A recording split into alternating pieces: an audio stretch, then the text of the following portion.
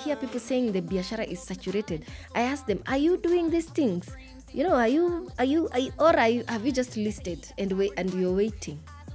You know, and so many times it's people doing that who are complaining that the business is saturated, that there are no clients, that the business is dying, it's collapsing. It's those people who just want to list and wait for bookings. It can't happen. You always have to go through the extra mile. You will always have to know if your client is doing fine. If even I suggest activities for clients. I told you earlier, I offer them, you know, you can go for a tour. There's a tour. So they have to pay for it. But if they know the host is organizing, they're quickly to. So sometimes na waunganishanga wote. Client wangu wa huku na waunganisha wote kwa gari moja na wapeleka National Park.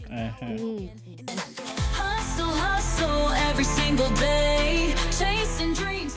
Yeah, hello guys, welcome back again to Hustle 47 podcast. My name is Peter Otieno. It has been long, like 2 or more than 2 months without posting anything on our platform.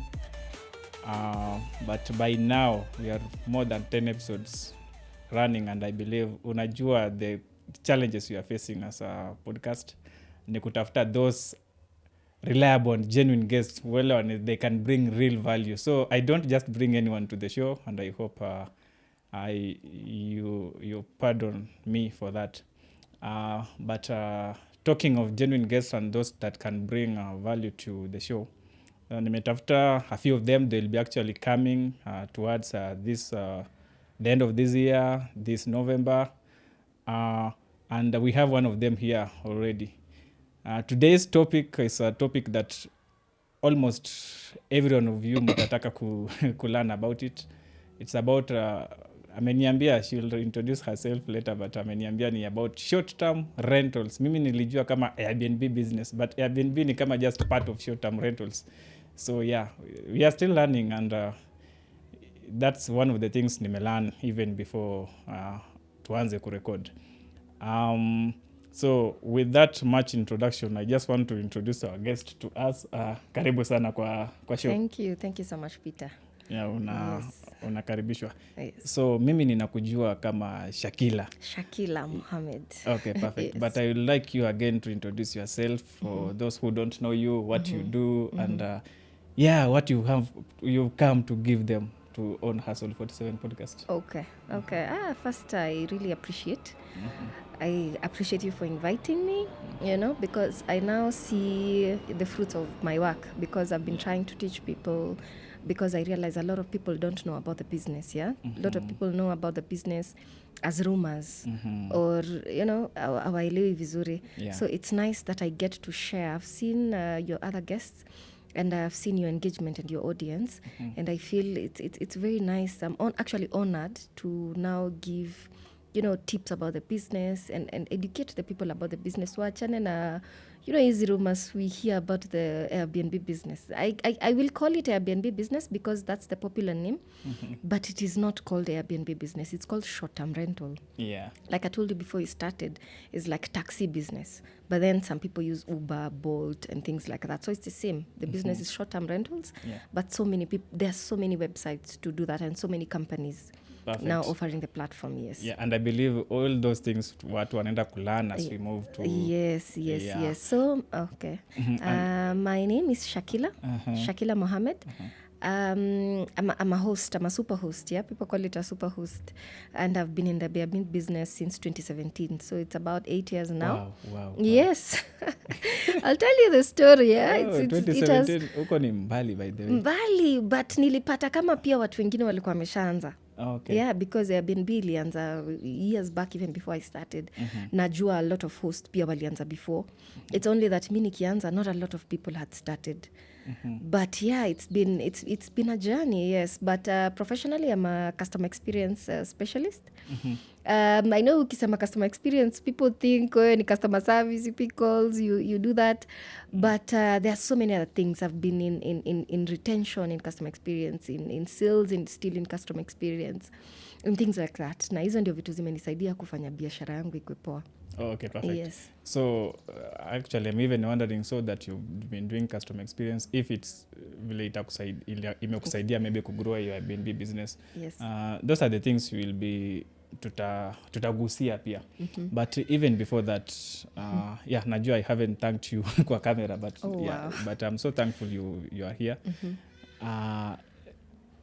To be honest, nimekupanga na guest, especially ladies guest, inakuanga hectic. So ukiona the fact that you've taken your time, umetoka mbali in the first place. Yes. Yeah, you took your time ukakuja. Now we are here recording the show. It's always something that I don't take for granted. And yeah, we really appreciate you for that. And on behalf of our fans, Hustle 47 podcast, yeah, thank you so much. Thank you. I'm happy. I'm happy to be here. You are welcome. Now nataka tuende kwa show kabisa. Tuanze kuguzia zile vitu watu wanataka kujua. Yes. Now before a lot of things, I know you have a story. Yes, so many. Mimi kitu nataka kukuwa interest nayo sana ni how did you learn to Airbnb business? What were you doing ukaamua no, wacha nijaribu hii. The journey, how has it been? The challenges, najua anything you are trying for the first time, there must be challenges ulipitia. Yes. How has been the journey up to now? Yeah, exactly. Mi naweza sema first of all, mi ni mtu nimegrow nikibelieve it's good to run your own business. I grew up in the 90s, mi ni millennial, and I could watch my father. My father used to work at Adam's Arcade. I don't know if you've been to Adam's Arcade. There's like a slide there. So my dad used to work there, and I would go visit him for that, to play on that slide. But one thing I picked was that he was not happy in his job. Like he didn't really enjoy being employed. Then, so already as a young girl, I knew this is not something I want to. Yes, you can be employed, but ujipange. Yeah. So later in the 2000, still in the 90s, he quit his job. Akafungua bureau, photocopy bureau. My dad is actually one of the first people to bring a photocopy machine in Kibra. I grew up in Kibra. Kibra is my hometown. Okay. Yeah. So even sahi Kibra, ukienda Kibra, watu wakiniuliza, wewe ni mtoto wa nani? Mohammed nani? Mohammed photocopy. Everyone anamjua hivyo. But he employed us. Ever since I was like 12, 13, he would employ us on holidays, on things like that. Alikuwa anatuandika job so that kiishi ghetto. Anatulipa. I remember alikuwa anatulipa, sijui ilikuwa 100 bob, I think. It was kidogo money, but it gave me some independence, yeah? Exactly. Because if you have your 100 bob, you can do a lot. You can buy sweets, you can buy a pen that you liked, you can buy a few dresses here and there. Yeah. So at a very young age, my dad already trained me on how, things like profit and loss, things like how to speak to a customer, because alikuwa pia natuacha kwa hizo shops. So una deal na customer, unajua kuongea na customer, you have to be polite, you have to make them understand. Una understand pia complaints, customer ki complain, dealing with irate customers. So I used to hate it back then, because you can imagine high school during holidays, because nilikuwa boarding school. So during holidays, watu waki enjoy holidays, waki kutana, tao, mi niko job. Na sayo niko form 1, form 2. So I used to hate it. But as an adult, I've come to appreciate it because it taught me a lot about business, about bookkeeping, about accounts, about profit and loss, buying and selling, things like that, which I use up to now, because now I know how to speak to customers. And Airbnb business requires you to talk to customers vizuri. That is the only way you can make it. Yeah. If you can respond mapema, if you can treat customer complaints paka from end to end, and things like that. So from a very young age, those are things I learned. Yes. Now take us now later. Airbnb. Sasa I did education. My undergraduate was in education. I went to Maseno. Umeona venye lecturers wana dance wa Maseno. Those guys have PhDs. Don't look at them like that. Like those are very educated. So I went to Maseno.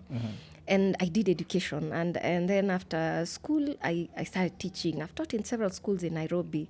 First school I taught was Nairobi Muslim, and then the last school I taught was Lukenya Boys High School in Lukenya. Then I took up an NGO job out of the country, but it didn't go so well, so I had to come back to the country. So when I came back in 2017, I came back in third term. So there were no jobs. So I was kind of struggling with rent. So that's how I got into Airbnb business, because I actually started it out of necessity, because I looked at my current situation. I didn't have active employment. I didn't want to move from where I was staying, and I didn't have capital. So I started researching, and I think that's what the universe does. If you think of something, the universe, everything kind of comes into line. place. Yeah, Yeah. everything kind of, as long as you haven't given up. Uh-huh. So I started researching, what can I do with this space? Even that space, at some point I thought of having a daycare in my estate. Yes, because I was like, I need money. So I thought, what if I have a daycare? I just take care of the kids around my neighborhood. Then I was like, pana. So in that course, I realized, what can I do? I can actually rent out a room. I can have a roommate. So I started learning about the business. Nikajua about Airbnb app, sasa short-term rental. Nika discover the short-term rental. I can have a roommate, first of all. Then how can I make this easy? Do I just advertise on Facebook on where? Apana, I can't do that. I need a bigger market. That's when I landed on Airbnb. I actually realized, I could actually host someone in my house, because that's how it started. Even in those apps, it gives you that option. Do you want to rent out the entire house, or do you want to rent out an extra room? Oh, okay. Yes. Does the guest have the entire house, or does the guest have just a room? So they have shared spaces like the living room. Even up to now, I still have a unit like that. Yeah. Where I can host 2 or 3 different clients, but then they meet in the living room and in a kitchen, in a balcony. There are common areas. Yes, they share. common areas, but still wako na room. Yeah. So I rented out one room. I just bought a bed. That's why I tell people I started my first one with 50K. Yes, Able to break it down. 50K, how I spent. Yeah. Already nyumba naishi. So already imelipwa rent and deposit. I don't need to do that. Yeah. Lakini niko na karoom. So I only needed to buy a bed. I remember nilinunua kitanda around 30K. Alafu nikadecorate, nikaeka carpets, do a few things. So hiyo inafika roughly 50,000 at most. Inaweza kuwa hata less. Yes. Alafu nikarusha kwa site, Airbnb site. Site is free. By then ulichukua to the photos with your phone. Nikapiga photos na kasimu. Nikasema let's see. Nikaangalia kwanza the app, nikaangalia what other people are doing around me, nikaangalia what the people are doing in other countries. Yeah. So nikapata a few ideas. I just need to show the bed, I just need to show the kitchen where they will have a shared space. But hapo nikasema only women. Oh, Yes, yeah, because it gives you that freedom. security. Yeah, for security purposes. Nikasema, let me just focus on women. I do not want to host men at this time. I'm not very comfortable. So I started, and immediately after I got my first client, an amazing Indian woman. Actually, how long did it take you to get your first client? I remember it took me a week. A week, yes. Because I remember I did pictures that weekend. Then I had bought a bed and stuff like that. Then I did pictures. I remember I did pictures on a weekend. Then during the week, I started now learning the app. Nikaanza kuangalia, tips. Sometimes squeeze naona hata wanapatiana amazing tips. Kitambo wako wanatupea sana. Yeah. But Yeah, I could, saa hii wako na mpaka, few tips, a few videos to show you. Yeah. But sasa nikakaa, I remember on a Friday, sasa si nimeanza Saturday, on a Friday nikapata request. An Indian woman. Kaniambia, I would love to stay with you. I think she was also comfortable because I think I was around 26, turning 27 then. So she was comfortable because she was in my age group. She was a little bit younger. And alikuwa naenda shule Strathmore. Because the house was in Langata. So alikuwa nasoma Strathmore University. So alikuwa nataka place yenye iko karibu na shule. Yeah. She also wanted a place yenye si mbali sana na town. She needed to go to kufanya documentation and things like that. Sasa hapo ndio nikalan, kumbe customers wanataka kukaa karibu na shule, na malls, na things like that. Yeah. Even that's what I teach my clients right now. Utafute place kuna such things. Because a long-time client won't stay in the house for 3 months. You want to attract a client to stay 3 months and you don't have activities for them. So you need to have what are they going to do? Yeah. Client akakuja kaleta kwanza na parents wake. So because they were new in Kenya, nika-organize, wakaenda kuchukuliwa airport. Yeah. Yes, and we lived with her for 3 months. That lady. Yes. Wow. But of course kulikuwa na rules. Initially hakukuwa na rules. I just wanted to make her happy because she was my first client. But with time I realized I needed to have rules, I needed to have boundaries. I also have rights in as much as she's my customer. Yeah. I also have rights. And I charged her 1,000 per day. Imagine. For one day, like every day 1,000. Okay. My house was 35K. Nilikuwa nataka tu mtoto anisaidia kulipa hiyo 35K. Ukapata. Hizo zingine sikuwa najali. Yeah. It's just that. Yeah. So nikajiambia akinilipa 1,000 a month, that is 30K. Niongeze tu 5K. The rest I can do a few things here and there. So after 3 months nikaona hey, this is good business. Kwanza aka extend after 1 month alikuwa amebook, then after that 1 month akaniambia wacha ni extend, akaenda kwao akarudi aka extend, tukakaa naye 3 months akamaliza course alikuwa nafanya akaenda. Initially alirent out nyumba akaanza kuishi huku, hata nikamsaidia kutafuta another house akaishi huku permanently. So you build some good relationship with her. Sasa nikaona hii biashara ni fiti. But if I can now get a house nje, it means I can make more money from it, ndio? But sasa bado unajua unakuanga skeptical, you don't just dive in, yeah? So I decided let me go to a place that is affordable, so I picked Umoja. Yes. So my first unit was Umoja. Now that you are choosing Umoja, ni nini uliangalia Umoja ukasema this is the place I'm going? Mimi niliangalia first of all, na hiyo ndio mistake I teach my students right now. Mimi nilikuwa najiangalia mimi, sifikiri customer. And I know corporate has taught me you always need to think about the customer before you think about yourself. Exactly. Yeah. So mimi nilikuwa najiangalia, you know, where can I afford? Where is not so far, because nilikuwa na some where you are comfortable managing. Sifikiri about the type of customer that I want to attract in that side. Na kiliniramba ndio ikanifunza hata. But sasa nikapata nyumba Umoja, nyumba 15,000, 2 bedrooms. Hata nikicharge 1,500 a night, it's still okay. I'll still make some money from it. So nikatafuta ni sasa hiyo at least nilikuwa na some money saved. Alafu ikapata kama hapa nimesharudi corporate, nikapata sasa corporate job in a bank. So sasa already nilikuwa nimesha figure out in this business I can run it as a side hustle. So let me do this job. Plus ilikuwa kazi ya customer service, ndio nilikuwa naanza about upselling and cross selling. I realized I could learn a lot. Unaona sasa nimetoka background ya teaching, background education. I don't know about making like the real money now. Yeah. But if I join corporate, I can learn these things. So I took up the job, but at the same time I had this business. So nikachukua Umoja, nika rent out, nikaenda. Sasa nikienda Umoja nika realize I needed to also target a different kind of market. Sasa watu wa sherehe, walevi, because unajua hiyo area. Actually watu wengi wenye wanajaribu kufungua BNBs, those are their target. That has been my target market too. Is there any challenge ya kutarget how peke yake? It's a market. It's a market on its own, and it's a good market. But it's very aggressive because like I said earlier, those are short-term clients. Yeah. So those are clients who want your unit for 1 hour, for 2 hours, because I could get clients who tell me, can you give me a house for 2 hours? I don't charge. I don't know what you're going to do. Me, I just want my money.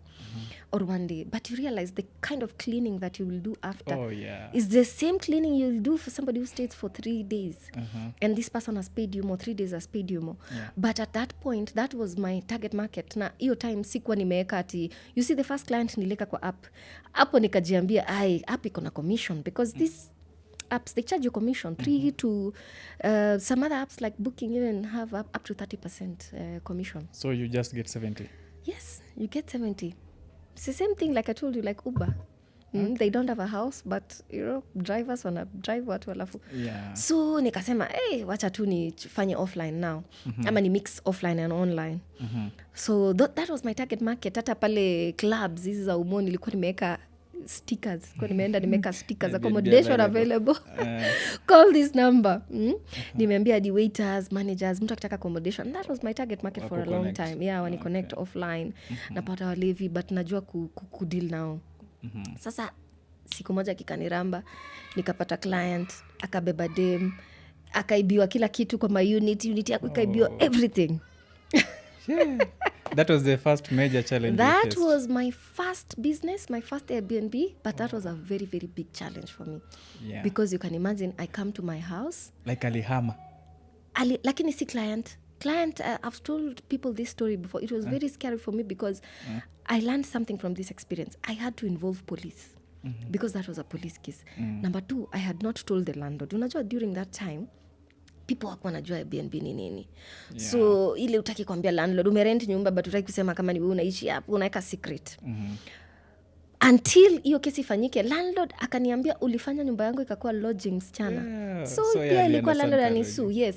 But client hakuwa na makosa. It was a foreign client. Hata huyo client ndiye alinifunza kutumia other apps other than just BNB. Because nili discover now other apps, because I was like, how can I now attract people from other countries? So nika discover app ingine ya South Africans. Ina attract watu wenye wako wanatoka from the south of Africa. Can you share Yes, it's called Afriste. I share this on my TikTok also. I've shared so many apps I use. So it's called Afriste. There are so many apps which I use. So kidogo nikapata booking. Client anatoka South Africa. The client is going to Qatar. But you see, they have to do, I don't know, some documentation. Somehow I've found so many clients like that. They have to come to Kenya before they connect the flights elsewhere. But they have to stay here, I don't know, for 2 weeks. Okay. So nikapata client, amazing client. Alikuwa anaitwa Talent. Kwanza jina yake ndio ilifurahisha. Talent. Yes. But alinifunza a lot. So one time akaniambia anataka kwenda out. Nikamsuggestia clubs. You know, you're a foreigner, yeah? So enda West, enda wapi. Akaniambia yeye anataka tu pali karibu around. So nikamsuggestia, you know, ka club tu hapo ka local. That was on a Friday. Nimepatia client suggestion on where to go. Yeah. So on Saturday, I text my client because I'm always in constant communication. And that's why I tell people, I say, look here. That's what I tell people. Always communicate with your clients. You know things like where they come from, their age, what they're coming to do. Because this data is everything now. If you collect this data, you'll know who to market to. Because also in this business, you can't sell to everyone. Exactly. You can't just open an Airbnb and say, I'm going to host everyone. I'm just hoping to get clients.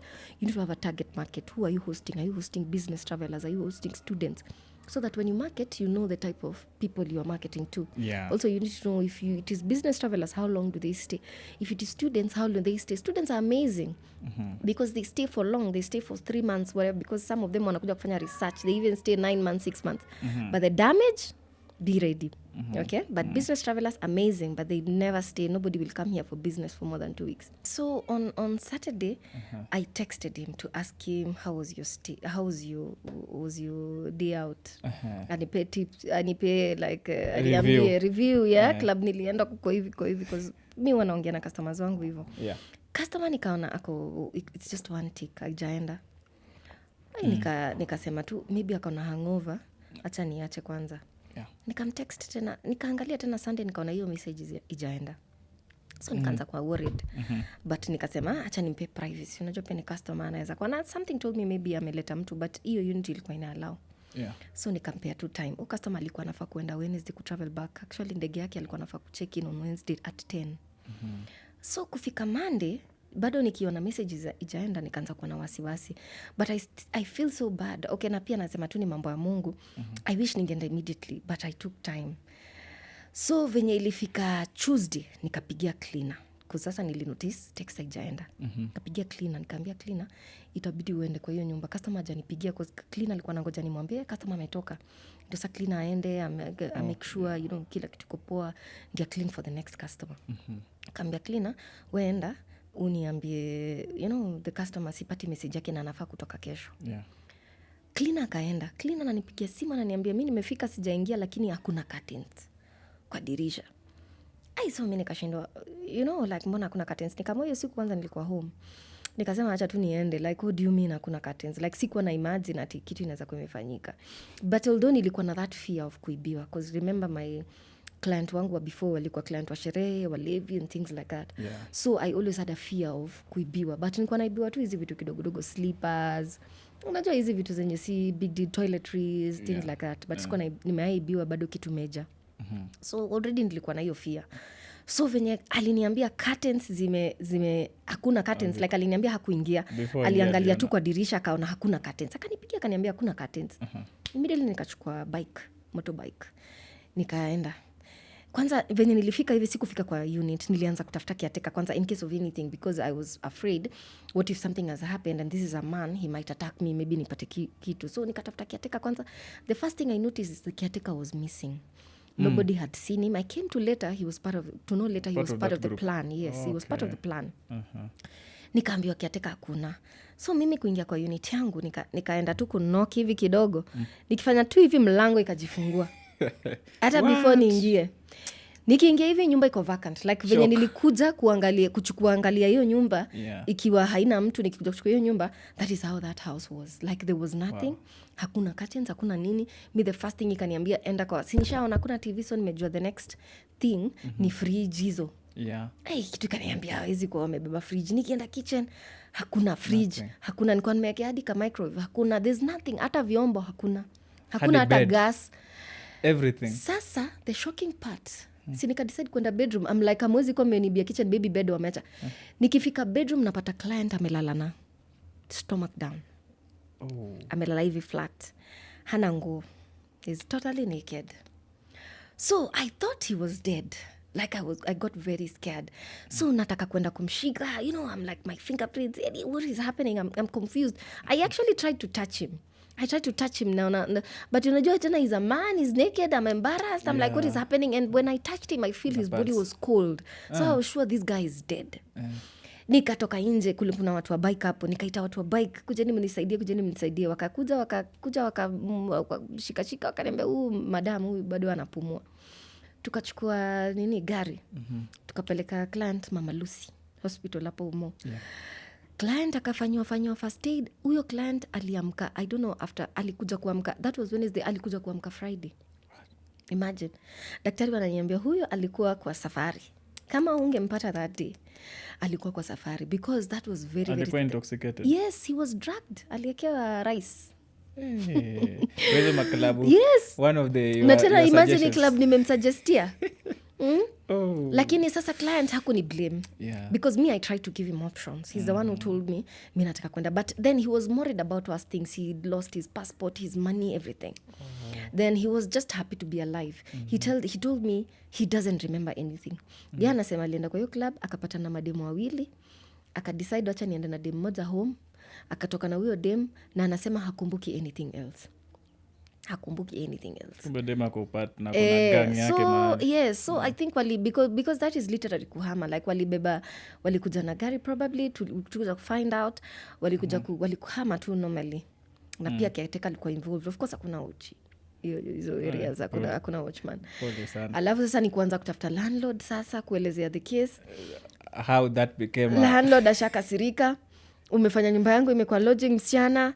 Landlord pia ananisu, ni kwenda police station, huyu ni foreigner amekuwa drugged. Yani it was an ugly scenario. So I closed down the business, nikasema acha nipumzike kwanza. BNB hizo stories za short term rentals nikaachana nayo. Kwanza nikaachana nayo because that it took me a lot. Unajua tu kudeal na karao Kenya, it's not an easy thing. Plus pia mimi I was traumatized, because what if that person had died and that person was staying in my house? I was not even, what I was doing was not even legal, because it was a new business, but it was not a registered business. Sikuwa nimeregister, sikuwa na license, sikuwa na anything. Me, I was just renting out the house. So hata kama hii kesi ingepelekwa kotini, kuna vile ningeshikwa. But then I was operating from an ignorant, point, not like now. Now all my documents are at par. If anything happens, I have a backup. So nikapumzika, nikachana nayo kwanza kwa hii biashara. Nifikirie kwanza. Alafu pia I don't have money, kwa sababu unajua hiyo time siko nimeelewa seasons. Hii biashara inakuanga na seasons. So ile time yenye ikikuja high season nikilipwa vizuri, na kula pesa yote najilipa, nasahau kuna low season inakuja. So pia ikabidi nikachini nianze kuangalia seasons inaenaje. Alafu sikuwa nimesave pesa during high season, so I also needed, hata kama ingekuwa kuendelea, I needed capital now for doing pick up. Yes, capital ya hii nilianza na around 150k. Sasa ile ya kwanza ilikuwa 50, hii ya pili ni cost around 150,000. Because you are buying everything. Yes, I was buying most of the things. Yes, house was expensive. Rent and deposit, I remember I paid around 30k. So the rest of the things I just bought. Unajua nyumba iko Umo, I didn't need to buy like expensive chairs and things like that. You can't furnish. I also teach people you can't furnish the same way you furnish hii place ingine, na kuna locations, different places. Locations here. You furnish them differently. Okay. So hii ilikuwa, hata yangu ilikuwa na microwave, nilikuwa nimejaribu sana. Hiyo area nilikuwa nimejaribu. So nikanunua tu a few things, so nikaanza na so hata hiyo incident ikifanyika sikuwa ati na savings ati ya kuanza tena. So nikadecide let me take a few months off. A good thing is this time I had a job. So nikasema let me use my job, ni tafute, because hata kama nilikuwa nimesema napumzika, nilikuwa nimesema hii biashara imenionyesha utamu wake pia. Imenionyesha I can actually make money. Then based on my personality also, I'm an extrovert. Totally an extrovert. So I get energy around people. So dealing with people, meeting new people every day. You meet new characters, you talk to people, you understand problems. Then because in corporate I was in customer retention, upselling and cross-selling, I could understand, how does, because unapata client anakuja, unamwambia, hata kuna place flani you can do, maybe a friend of mine has a salon. Na suggestia client salon, huyo mtu ananilipa kakitu. That's upselling also. Yeah. You upsell a different product. Yeah. So nikasema, let me just learn. I was enjoying this. So I realized I have a lot of knowledge already. Nishakapitia already. I can't stop it. I just need to take a break. Then boom, I start again. So nikatulia a few months, then nikarudi. Perfect. Yes. So before urudi, I believe there are some lessons there you learned wakati you faced that first challenge. The first thing, your business was not registered. It wasn't. Yeah. Then so another mistake, you did not even tell the landlord. I didn't. I didn't. Yeah. So I'm sure there are things you wanted to do better. Yes. Wakati ulirudi. Did you do them, and now did you register your business, and what documents hadi sahi that are required for someone to get them to run these short-term rentals? Yes. So first of all, I realize it's very, very important to involve the landlord. You can't do it as a secret, biashara. You really need to involve the landlord. Lazima, see landlord wote wanakata. Now things are easy because now landlords understand it. There are flats around where I live where those units are dedicated for Airbnb owners because they know these are the guys paying because they're in business. Unajua sometimes kama unaishi hapo, maybe kuna excuses za tujalipo and things like that.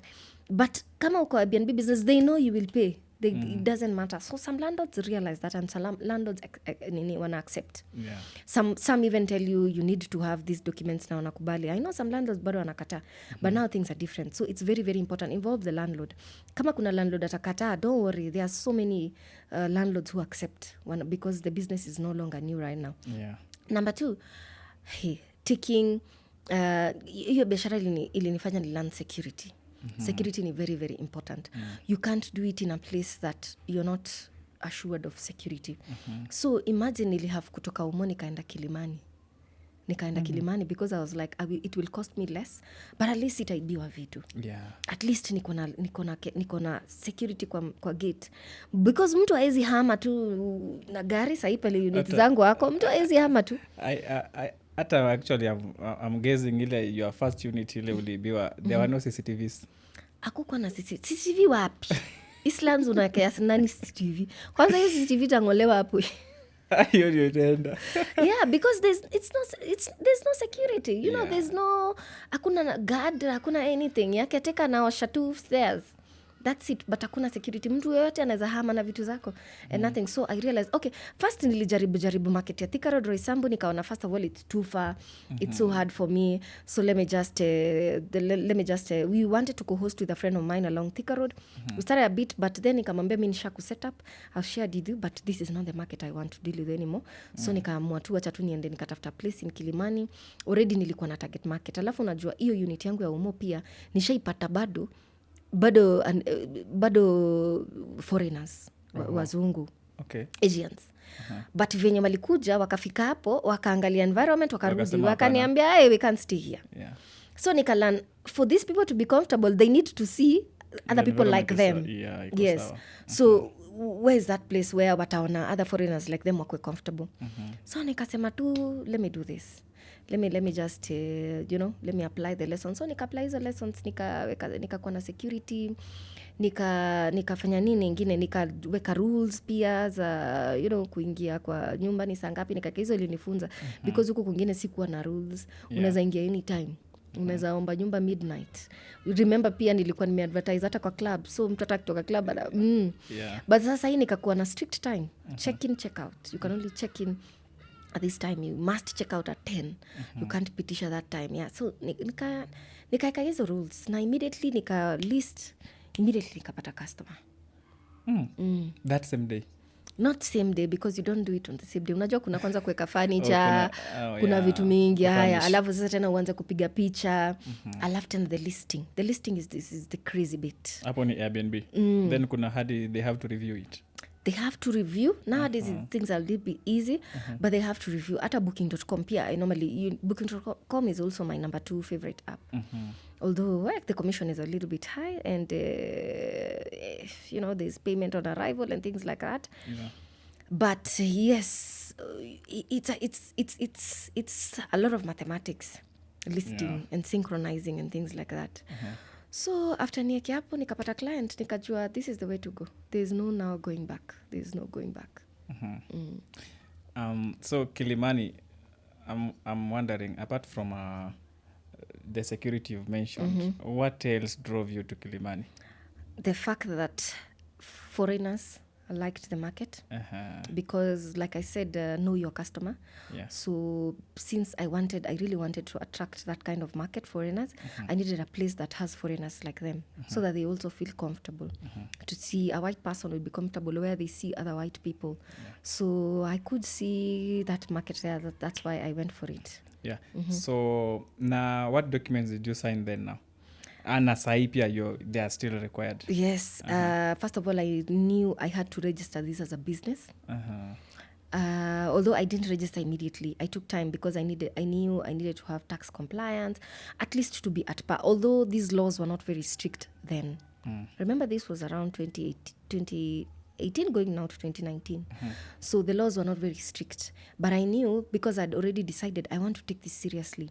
I want even to use my business, for example, to get a facility, because maybe I want to now list as a house I own, not as rental, because you see, this was a rental house.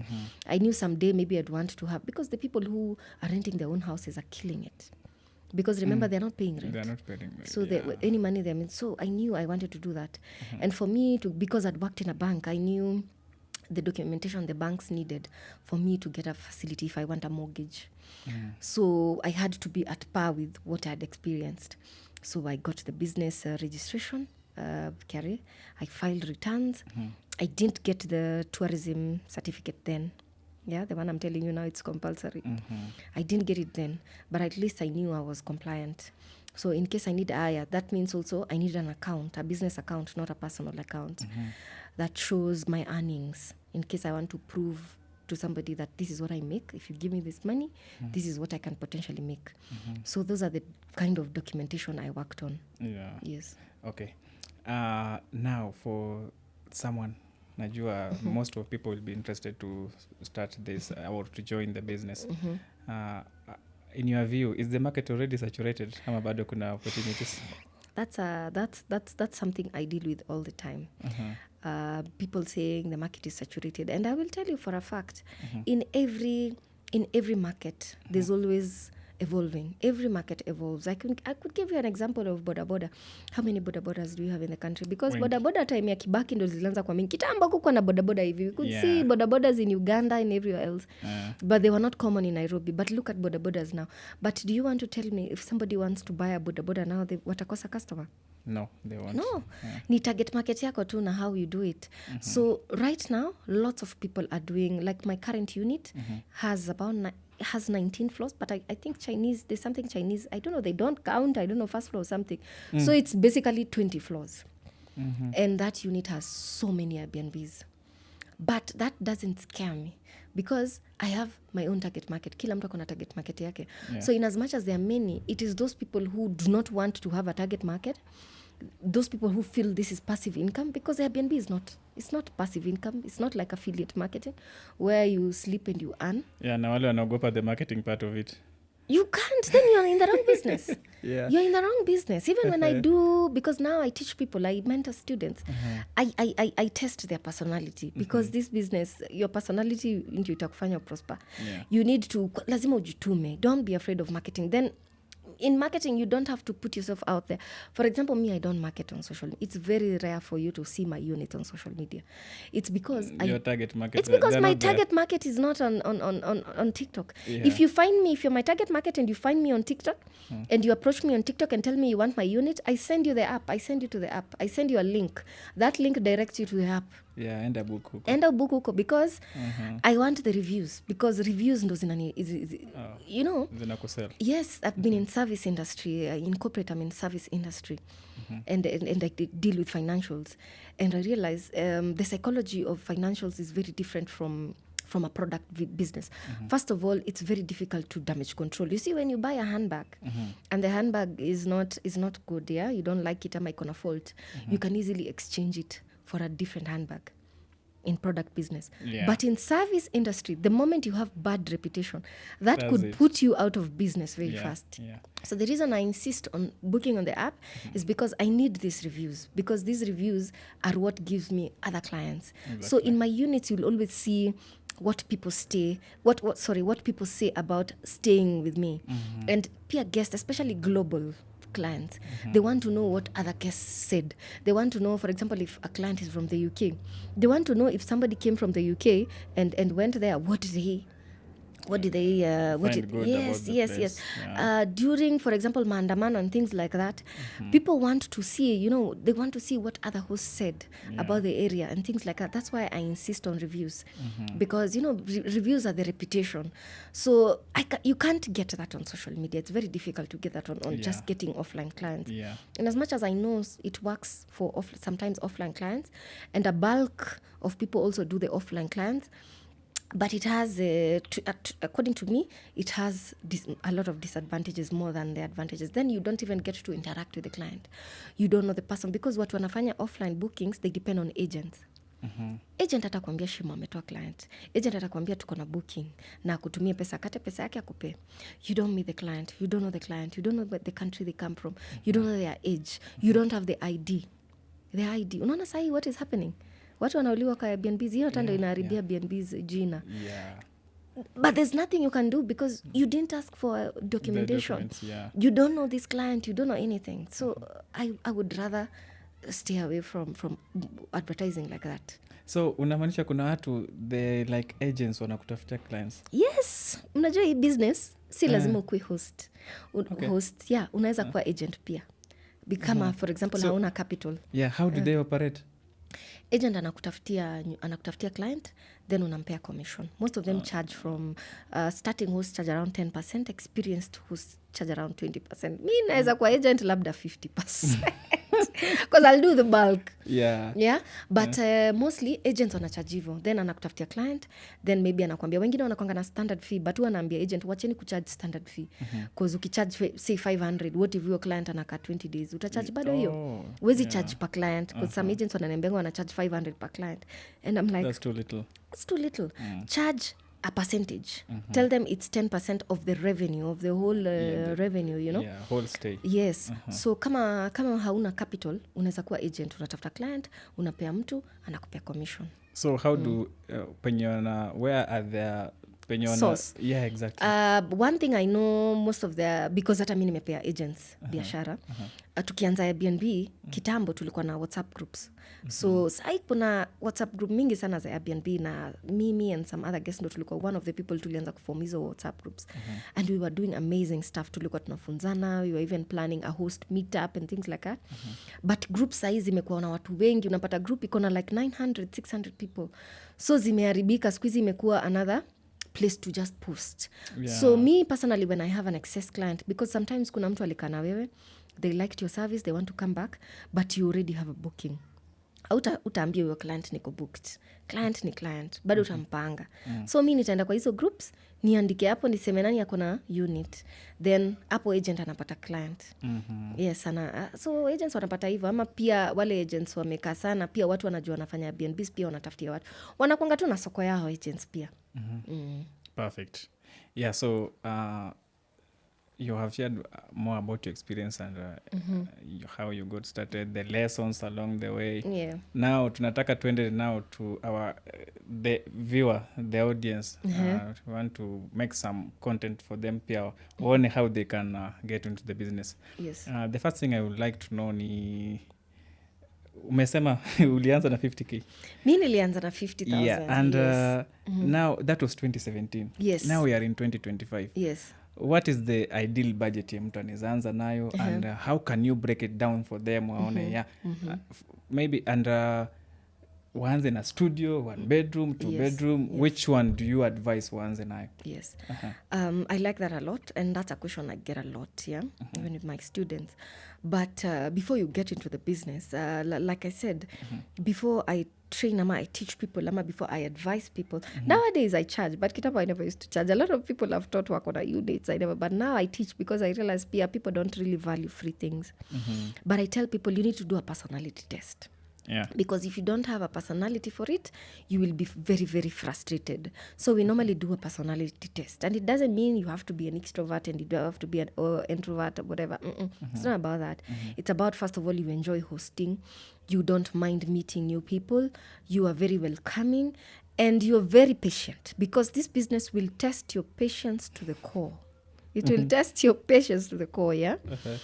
Not really the client, because the client is never really a problem. There are so many other things.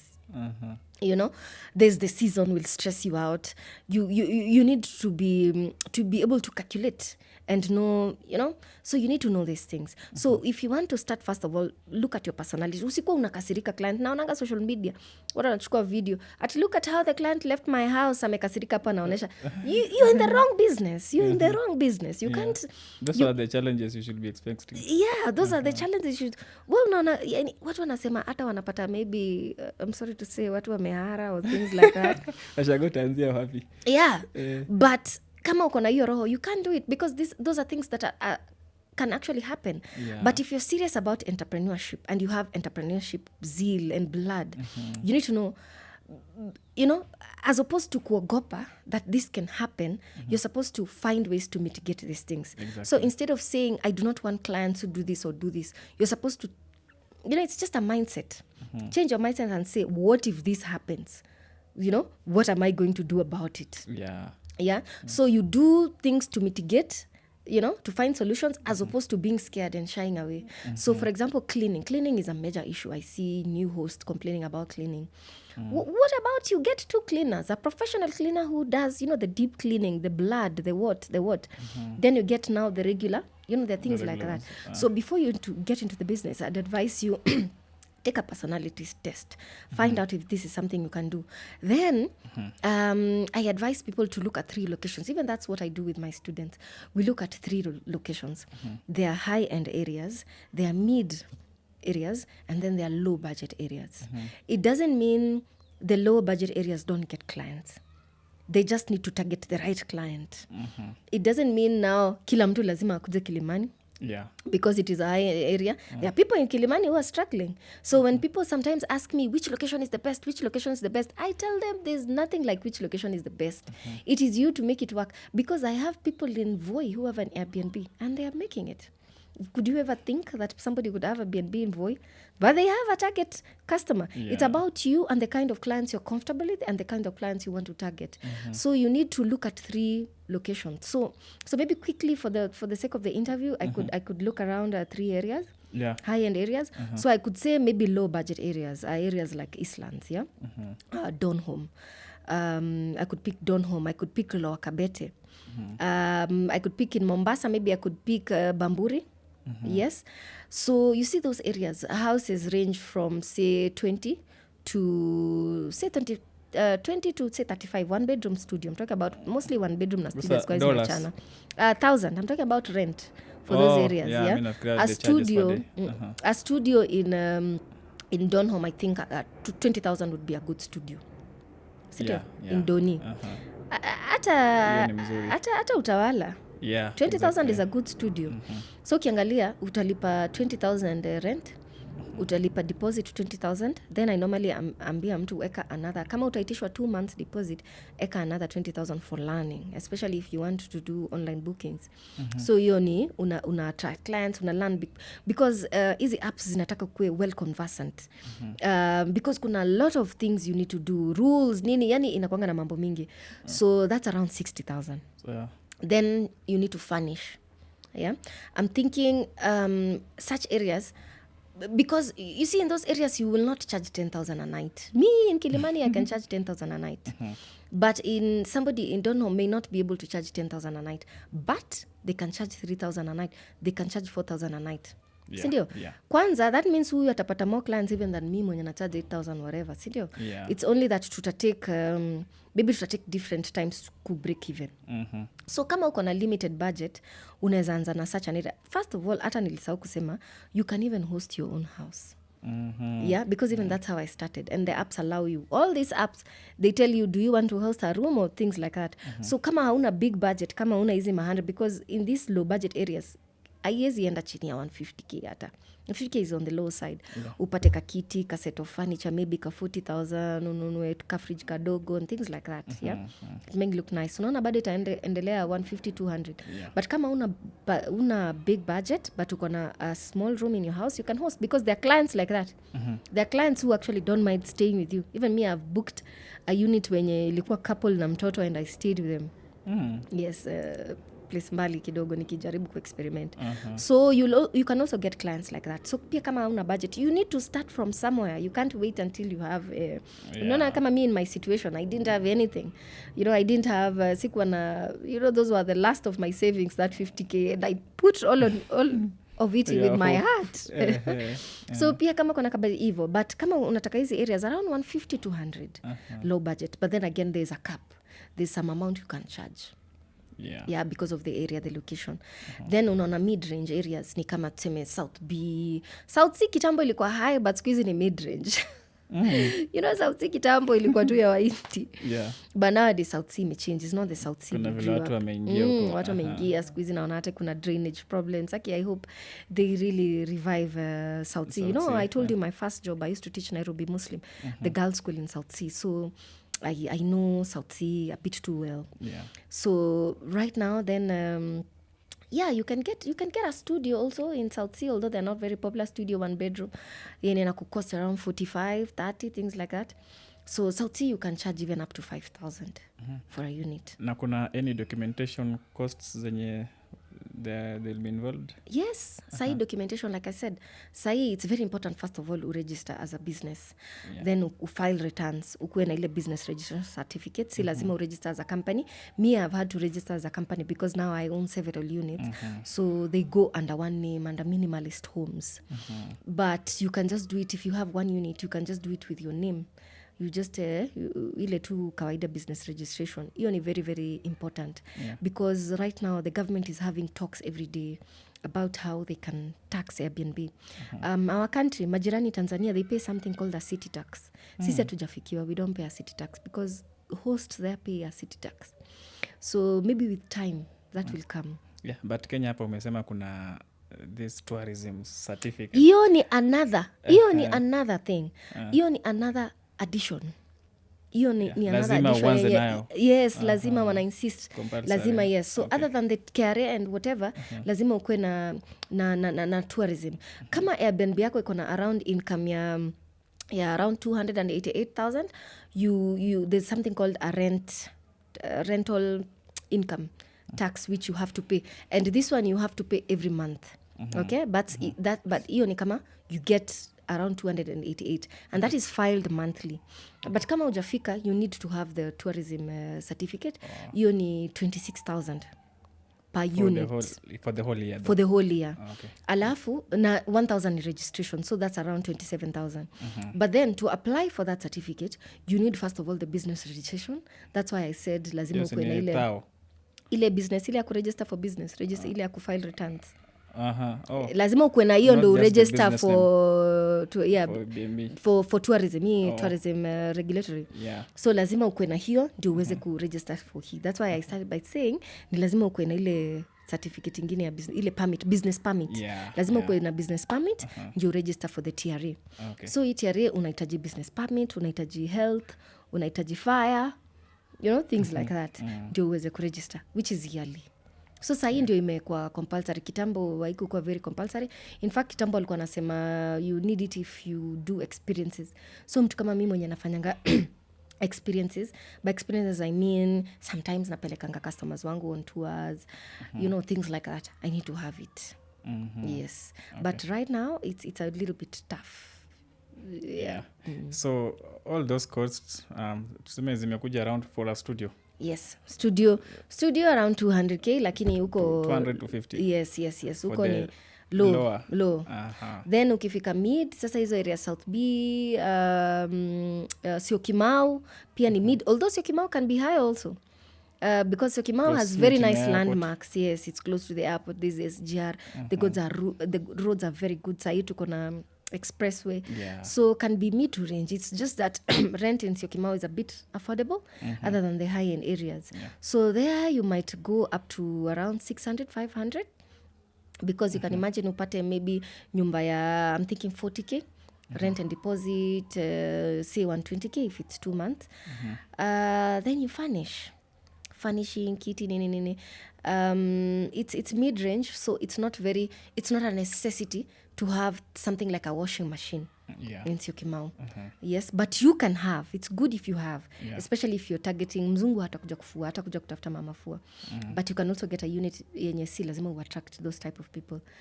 But then these high-end areas, Westlands, Lavington, Kileleshwa, Kilimani, Ngong Road also has very high-end areas. Hey, those ones have spent to a million. A mil, yes. Because you can imagine, I have a unit that is 110,000. Yeah, per month. 110 per month. That's the ndio cost ya nyumba in Kilimani. 2 bedrooms. It's 110. You pay rent, you pay deposit, 2 months deposit. Hiyo ni pesa ngapi? 330. 330 already. Kuna service charge. Kuna legal charges. Yeah. Yes, it's supposed to be some percentage. Yeah. Service charge is 1 month rent. So unanapo tushafika so 5 kuja furnish. Nyumba ya Kilimani lazima uwekea mtu washing machine. Yeah. A good one, wash and dryer, cause pia hata anika nguo. Lazima uweke speed wifi, like very fast. Yeah. Lazima uweke some different things that are are a bonus to these other units zenye low range, but kwa hiyo ni next to necessity. Yeah. Yes. So yeah, but it doesn't mean kama sisemi lazima uanzishe na 1 million, because unaanzisha na studio. Kuna studios around 40-50 in Kilimani studios. You can start with those ones. Yeah, then you grow from there. Yes, then you grow from there.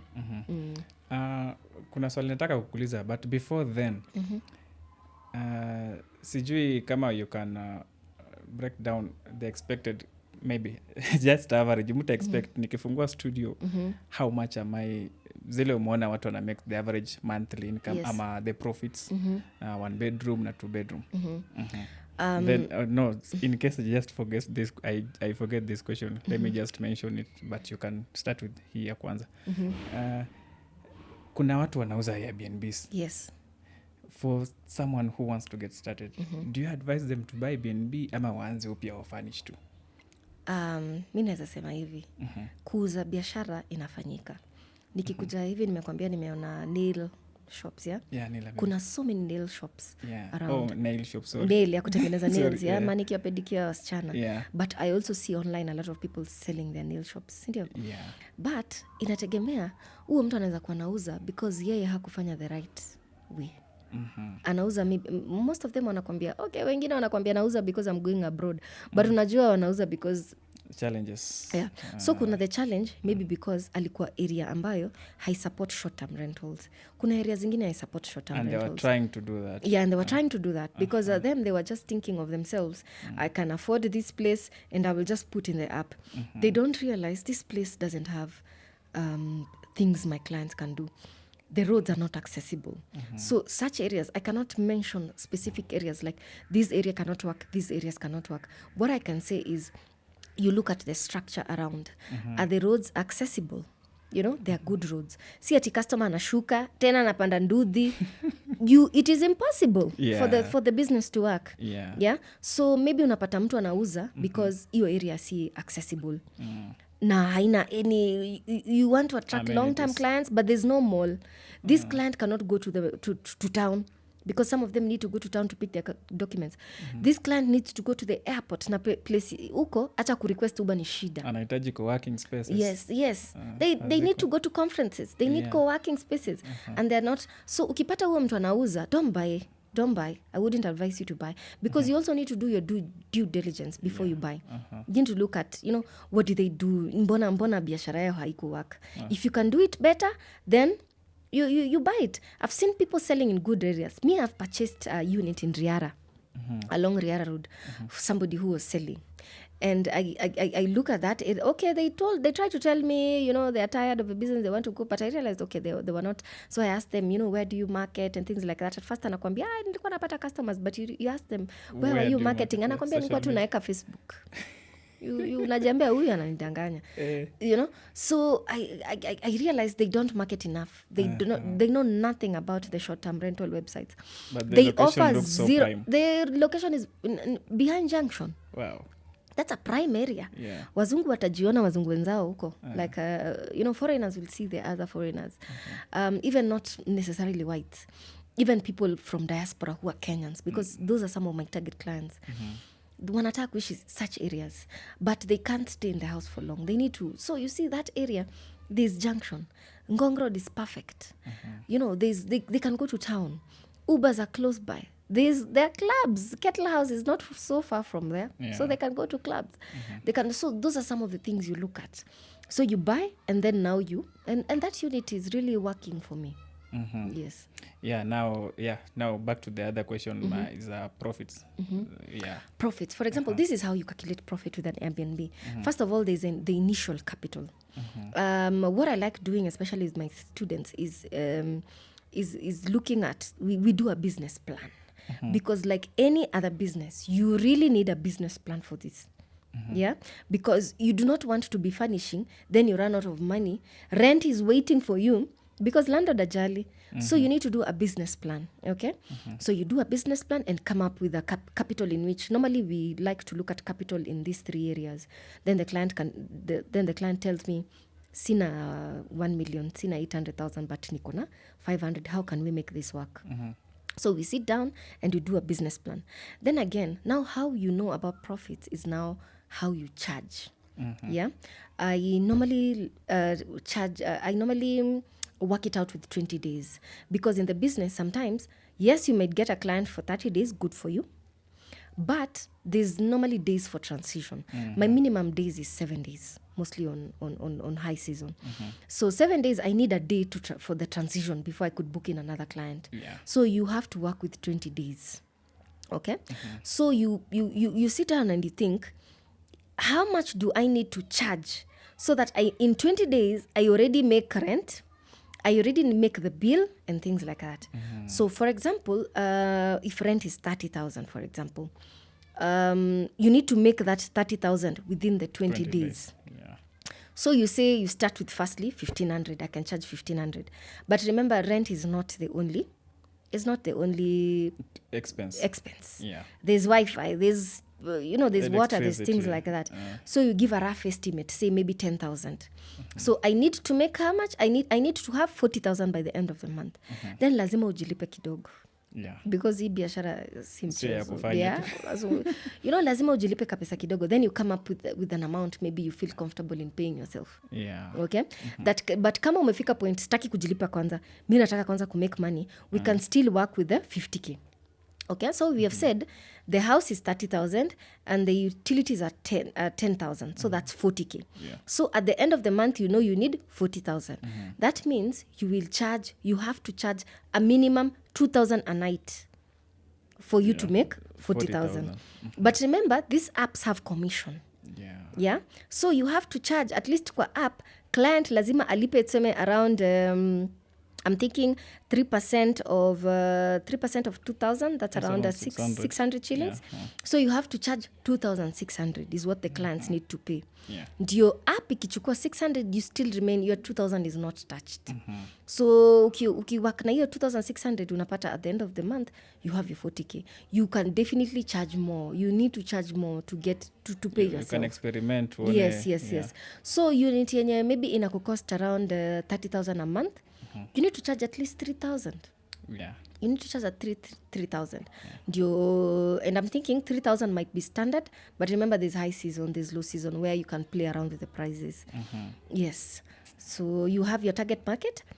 but even if you say maybe your target is 3,000 for example, you can charge maybe on low season you can go slightly lower, 2,800 on low season. Then in high season now you charge 3,500 to compensate for when you charge. Yes. So you need to have the graph, so that you know how do I charge, when do I charge like this and things like that. Nikucheza na hesabu mingi sana. Lakini si unaona hiyo hesabu nimekwambia nililearn when I was around 12 years old when I was working at that photocopy shop. Yeah, exactly. Yes. And kuna swali yeah. Now that umekaa kwa industry since 2017. 20 years. Those are 8 ama 7 years. Yes. Is there any an incident where ulijipata this month sija hii unit haijaleta? Yes. You have to chip in again. Yes, and that happens in I think most businesses, especially when you start a business. You don't break even from the beginning. You don't break even from the first month. So that's why when we do a business plan, I tell people to put a buffer. Always have a buffer in case, especially when you start along sahi ndio tunamalizia low season. So watu wenye walianza July hapo sahi kina waramba kidogo. Hata sahi hao ndio watu wanaenda online wanasema hii biashara ni saturated, haina customer, because they don't know they've just started on the wrong season. We don't have so many tourists coming now in Kenya. Umesema if you can mention again high season na low season. Yes, there are seasons. Like now we are heading to high season. High season starts from around November, end of November, December, and January, and beginning of February, because it's winter in Europe. It's winter in those countries. Yes. So they normally come in Kenya. Hata ukiangalia sahi flight prices in increase around during this time. Other than being about the winter and whatever, Kenyans are now coming home for Christmas. For example, Kenyans who are abroad. Families now like taking holidays, wanakuja home and things like that. So this is generally a high season. But ikifika end of January, people have started going back. So kianza February, mid-February inaenda a bit down. March, February kuna time hapo around Valentine, which is very lucrative, especially for people who have 1 bedrooms and studios, because now, couples enjoy celebrating. Watu wa short term rentals wanakula vizuri. Kwanza watu wako holiday destinations Mombasa wapi Nanyuki. Squeezy unajua watu wametoka from the monotony of going to Mombasa and stuff like that. People are trying to experience new destination areas. Nanyuki, even me, I'm thinking of going to Nanyuki now, because I'm not in Nanyuki, I'm just in Nairobi and Coast, Kilifi, Diani, Nyali. But now I'm thinking I could also try out Nanyuki, Meru, Laikipia. I have somebody who has a unit in Laikipia. That's amazing. So during that time, unaona kuna hizo holiday destinations February, but then it's not it's a bit low. Then it goes low February, March, April picks up because of Easter. Exactly. Yeah, Easter, that long Easter weekend. Some people make a killing. Alafu kuna mtu anataka kuchukua leave around Easter ndio ashikanishe. That they do. So April normally inakuanga poa, then May. Then end of May, it drops surprisingly. Now I have the graphs of what has been happening. This year has shocked me in May. That's why I'm actually very bullish about this high season, because May has always been, low season. But this year May has been one of my best months. Okay. Yes, because this business can surprise you sometimes. And you could find out what was the reason? First of all, kulikuwa na Chan. Chan ilikuwa which month? I think if I can remember well during that. So sikumbuki vizuri. August, July, around up. So watu already walikuwa shaanza kubook. Watu walikuwa shaanza kubook places. So nilikuwa na host our fans. Unajua players walikuwa na hostiwa na hotels. The hotels, But the fans. Fans wanataka places zenye ni karibu na stadiums. Tena fans wanataka things to do, activities. So it can surprise a bit, But then again, June kikaturamba maandamano. So watu wenye walikuwa wamebook waka-cancel. Wengine, so nilikuwa na couple of my units zenye zilikuwa cancelled. Sasa hiyo ndo time nili appreciate offline bookings, because hapa sasa offline bookings ndo ziliniokolea, hata kama naongeanga vibaya. But biashara inakuanga hivyo, you just So nikapatapata offline bookings in June, then July kuka pick up, sasa ndio tukaanza kupata guests na nini. August was pretty high. August During was, that chance yeah, also. yeah, August was pretty high this year. September was pretty high, yeah. Then now October sasa ikaanza kudrop. October mid October ikaanza kudrop. So ukiona hivyo unaona venye seasons zinaenda. Yeah. Yeah, so sahi kumetulia, but very soon itaanza kupick up here. So I'm very confident about this high season. Tena unajua hii biashara inataka kuwa optimistic. Yeah. So yeah, I'm looking forward to a good season. Yeah. Now on a semi-low seasons, how do you market yourself? Do you use social media? Ama you just umesema you don't like social media? Yes. So probably you've mentioned Airbnb, watu wanajua. Then there is ingine ya South Africa we mentioned. Are there any other apps zenye unatumia to market yourself? Yes, Peter, you asked me a question. You asked me, is the business saturated and things like that? I want to relate it to that. So what I do normally, I realize now there are so many people doing this business. Yeah. You know, it is not like when I started where in a whole flat you'll be by yourself. Na sasa umebembeleza landlord, you're by yourself. Now, like I told you, there are so many busy. Even my units have so many Airbnbs. So now what I do, I personally just try to stand out, because I feel like when markets level up or when markets are flooded, when the demand is high, okay? No, when the supply is high, yes? Laws of, I'm not a business expert, but I know a little bit about the laws of demand and supply.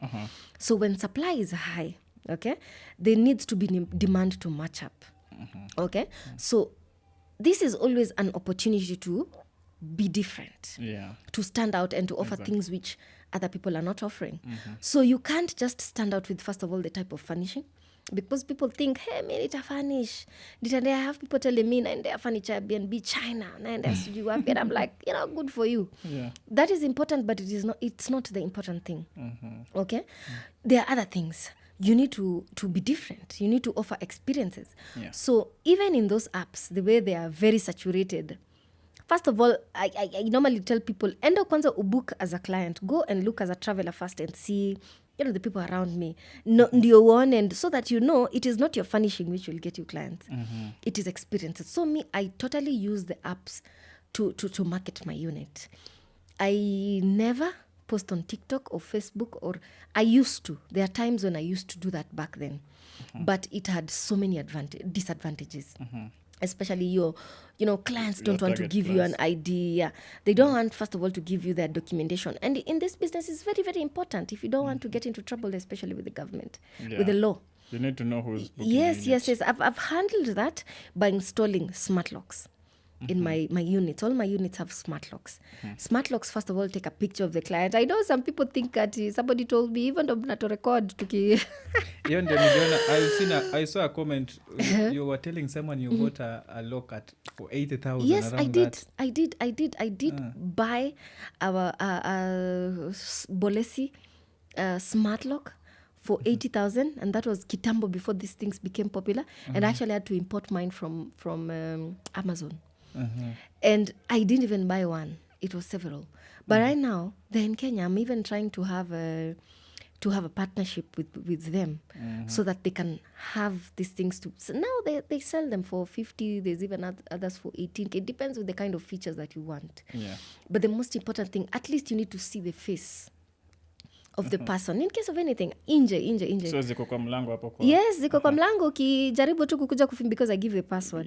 Ukijaribu tu kufanya hiyo password, I already see your photo. Face. Yeah, photo. Okay. So I know the person.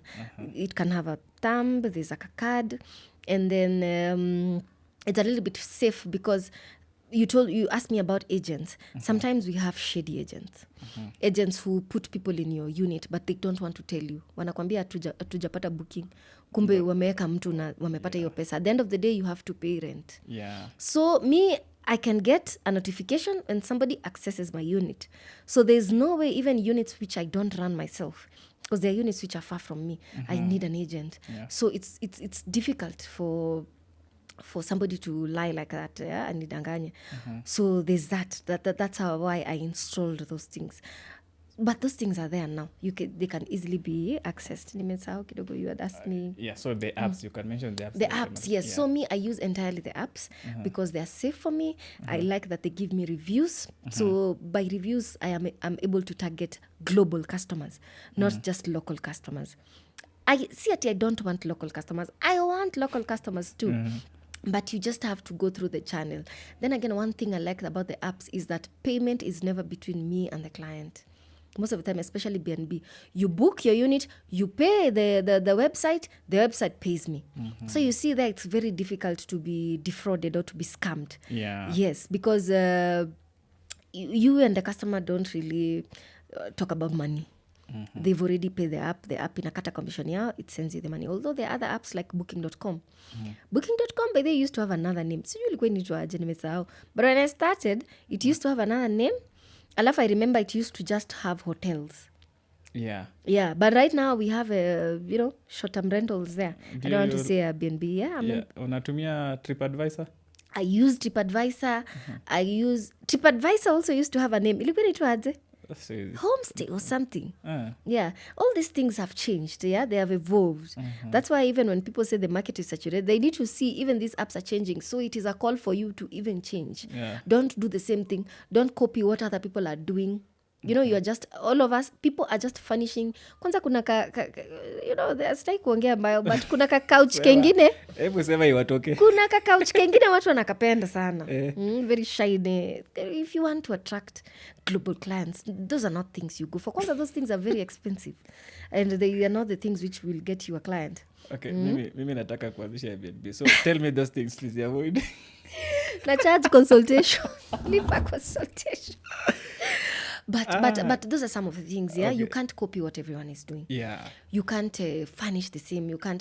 Remember, kama Kenya, people like this. This is a very amazing accent. It's called an accent chair, yeah? But not everyone would want... you need to pick things which are neutral. Okay, for example, this is good. This can actually work. But there's a certain market which may not really appreciate. There's some certain market which ones. Kwanza, I normally tell people, go with a theme. If you're furnishing your unit, go with a theme. Have a theme.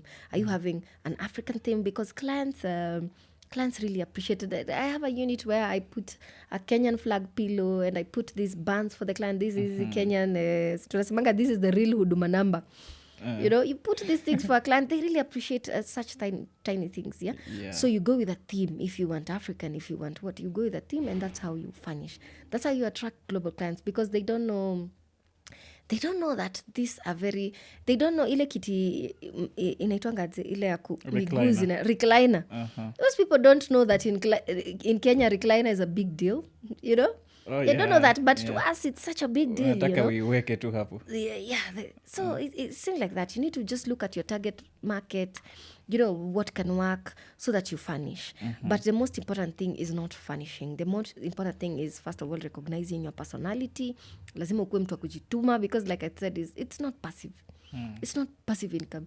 Like me, most of my weekends I'm outside with my clients, because they need to appreciate me. They need to remember me when they go back to their countries. You always find some time to interact with them as well. I have to find time. I have to. First of all, I deal one-on-one with my clients, even on units where I have agents or managers to run the unit. I always have to have an overview of the type of customer that I am attracting. Because like I said, data is gold right now. If I know I'm attracting a lot of people from Europe, or from UK, or from this country, it's very, very important for me. If I know the kind of people I'm attracting, if it's business clients, because I have to know the nature. Then you'll know where to channel the energy. I know where to channel the energy. I know which clients. I know that I cannot have a unit here because I'm attracting students, and sometimes students need to study at night. So I can't have a place that has a bus stop, because kutakuwa na kelele ya matatu. So I make sure I interact with my clients I know them kabisa. I know their age sometimes, most of the time. I have their documentation. I know their countries. So I interact with them on WhatsApp. I spend time with them on weekends. Nawapeleka, nice places, kucheza sports, hii biashara imenifanya nimekuwa very outgoing. very outgoing, because utanipata out with clients. Yeah. Because sometimes some clients need to understand the nightlife. How is Yeah, by Nairobi the way. nightlife? So you have to take them to a few clubs wajue kunaendaje, sija learn lesson ya ule client wangu bado aliwekewa rice. So you no longer give reviews? I tell them, but I tell them you need to be careful, yeah? Yeah. You need to be careful, yeah? I give them a Naambia heads up. mapema. Naambianga mapema, and even, in fact, I share with them the story sometimes, yeah? But you see now, hata kibeba huyo mtu, already, Atakuwa aware. because you see these smart locks, there's an app, and I can see real time. Unajua hata huyo client akiingia kwa nyumba, naonanga real time, ameingia mara moja, ameingia mara mbili, ameingia mara tatu. So utaanza kushuku, So this is too already much. nikiona there's this movement You in the, contact- because there's an app called TT, but now there's a different app. You can watch how The the smart activity locks ya works, the kuingia activities, kitu. yeah. So right now, hata akienda bebane, I can completely pick that up and know there's something going on, and I can immediately send help. Yeah. Yes, yeah. Good. Lessons learned indeed. Amazing lessons, but I like it. It's a good business. Other than the money it makes for me, I also use the business for fun. I discovered I could actually exchange my house. Yes, so there's an app I use for exchanging houses, so I can travel anywhere in the world, and I just exchange my house, and I don't pay for accommodation. I just go somewhere, I just pay for the flight ticket, and I stay there, nice place, and I don't pay, because when you travel, it's accommodation which costs you a lot of money. Yeah. But I got to a point I realized I can actually get into websites that are not money making. There's an app called there's a website called Home Exchange. It's mostly for people who own Airbnb. I don't want to say Airbnbs. I want to say Short-term short-term rentals. rentals. Yeah, it's for short-term rentals where you list your house. That app you actually pay. You pay around $200 a year. It's a yearly payment. That's around 22,000 a year. Yeah. Yes, Indio. So then I list my house. Then now I look for people in other countries who are also in that Looking to website. exchange. Yes. But it is not a must like you exchange with that particular person. You get points. Yeah. So you make points. So if you host somebody, you get some points. So if you want to go somewhere else, you also use your points now to travel. Last year I was in Cape Town. Amazing Wow. city. Yes. I just paid for flight ticket. But because Cape Town is a very expensive city, I met Kenyans and so many Kenyans there, and they were telling me, how many days are you staying there? I'm telling them 10 days. They're like, Shanga. how do you afford? And I'm like, it's you can't tell them it's free. It's free, but it was an amazing Experience. yes, amazing experience, and I looked at that area I was staying. It would be difficult for me to afford that if I was paying the rent. Yeah. There's Table Mountain, and then there's Lionhead. Those are big landmarks in Cape Town, and my room was opposite those two.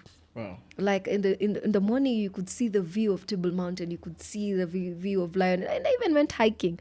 4 hours hike up to Lionhead. It was amazing, and I also took the other one is too high. You can't do a hike. You can do zinaitwaje zile slides. These things you used to go up. That's how they name I don't know what they're called. The things cable. Oh, They're called cable cable. Where, cycling? yeah. Ama ile just Ni the kama cable. lift, but mnapandishwa up the mountain. Yes, but ukifika huko, it's not really a mountain. There are restaurants and things like that. I looked at that area and I was like, it would be very difficult for me to afford this if I didn't have this business. If I didn't know, if the business didn't teach me that these are things I could and those are some of the things I enjoy doing in business, because imenifunza a lot. Yeah. Yeah. That's nice. Now you also touched around hapo kwa reviews. And my assumption is that there is no way hauna a negative review mahali. If you have all positive reviews, then you should tell us how you are getting those reviews. What are you doing? What have you been doing right? And the tips to avoid them in case client alikuwa maybe amekasirika, and you need to handle that. You at least akupe maybe like a neutral review. First of all, I'm a super host. A super host ni status. People Those are think- levels, huh? Yeah, levels. Superhost is not really, people think, it's a big deal, but a superhost is just having 10 good reviews because customers rate you 1 star to 5 stars. So it's 1 to 5. So you should always aim to getting at least 4, 5. Customer stars. yeah. So because it gives you an average. So ukipata 10 of the same, you get to a superhost status. A superhost status means your unit will be, itakuwa inaonekana rahisi. Yeah, visibility Yes. inapandishwa juu. So you see, a superhost is 10 reviews. My current unit has 24 reviews Wow. with a star rating of 4. Now I have 4.5. Sometimes when nateremka, si tunakaa forever because you need to put in the work. Ukipata superhost status au umekaa ati na title, ati you get a crown and that. No, it is still work. But what you need to know, having those reviews is a lot of work. Yeah. For clients to actually go to the site and say they enjoyed staying with you and they pick several things and mention because, they get asked cleanliness, host response. It's a rating of several. So when somebody tells you a super host, it's a lot of work. It's a lot of work which you put in. And personally, I feel like I put in a lot of work in my business. First of all, my responses are very fast. Every time somebody approaches me in the site, I go ahead and respond very fast. Thank you for reaching out, for picking out. Very, things. These are things I've learned in corporate. That's why sitakangi kuacha corporate. Yeah, and actually speaking of that, kuna katinisha book BNB. Ilikuwa Mombasa, we were going to Mombasa. Then unajua wakati the client is shopping around for the Airbnbs, hata text mtu mmoja, hata text like 5 zile zimependeza. So Yeah. if you respond immediately, Yes. then that is the guy. It is the response rate. Yeah, So exactly. unaweza pata maybe you're complaining you're not getting bookings, but you take 2 hours to respond to a Yeah, client. You need to respond very fast. So Mimi, I normally make sure, because I get these notifications, I've put them on my phone because I also put them as an apps because they have apps. So I get notifications. Immediately I respond. I find out what the client is doing. I ask them, what can I do to make your stay lovely? Things like that. You suck up, which is amazing. I don't mind. If they say no, it's fine. Next time they'll look for me. Yeah. Then I offer different things. I don't just offer, you've booked my unit, like what I've seen. Because like I told you, I normally offer surplus clients, yeah? But sometimes I offer surplus clients, my clients doesn't get picked, my clients get confused, things are happening, nobody responds. That's the reason actually why I'm teaching people, because I feel like people are doing it wrong. People are doing it wrong now, ndio wanaharibu biashara. Yeah. So I make sure if a client is staying with me for say 1 month, kuna ugumu gani ya kwenda kuchukua client from the airport. This client is paying me Just $65 a night, Yeah. and they're staying with me for 30 days. I am happy. Yeah. I am happy. That's why you will see me with flowers at the airport picking clients.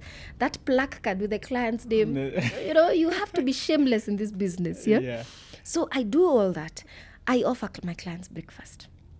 I know it's an expense, but if somebody is staying 2 weeks, 14 days, how much is a few eggs? How much is how much is cocoa?